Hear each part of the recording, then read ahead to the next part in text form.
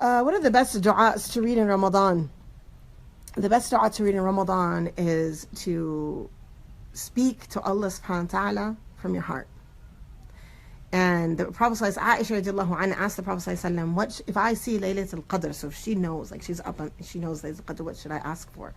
The Prophet sallallahu recommended that she ask for afu wa afiyah, forgiveness and health. And of course, if we have forgiveness and we have health, we have everything. So I highly recommend forgiveness and health, but also speak to Allah subhanahu wa ta'ala, talk to Allah. Make dua from your heart, talk about it. And you know, when you break your fast, sometimes you're so tired, your brain isn't working. Hashtag fasting fog.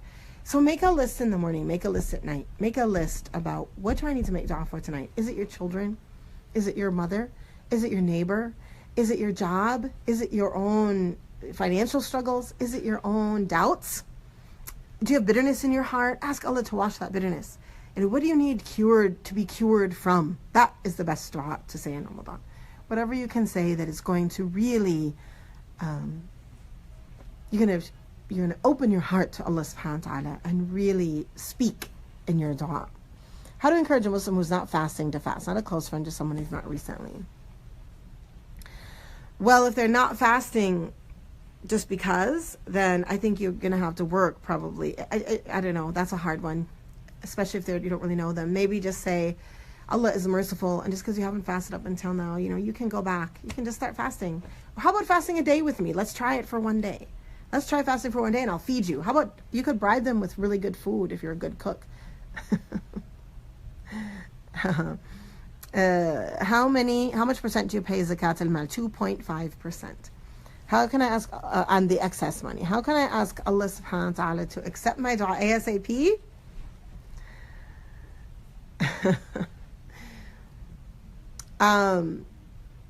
With Allah subhanahu wa ta'ala, we have to trust and know that when we speak our dua, it's heard.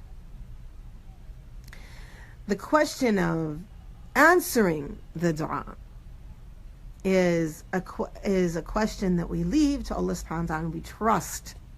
We trust that Allah chooses what is best for us and answers it in the best of ways. We also need to be open to seeing when that dua has been answered, even if it's not in the way that we originally wanted.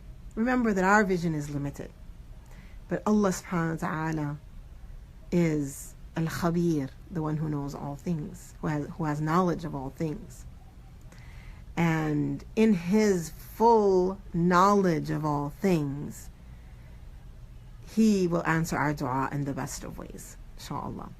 Now, on the other side of that, there was a great early scholar named Ibrahim ibn Adham, who has a beautiful talk about, or qawl, we should say, saying that when we feel our dua isn't answered, we need to turn back upon ourselves and see, what do I need to work on in myself that I can deserve what I'm asking for?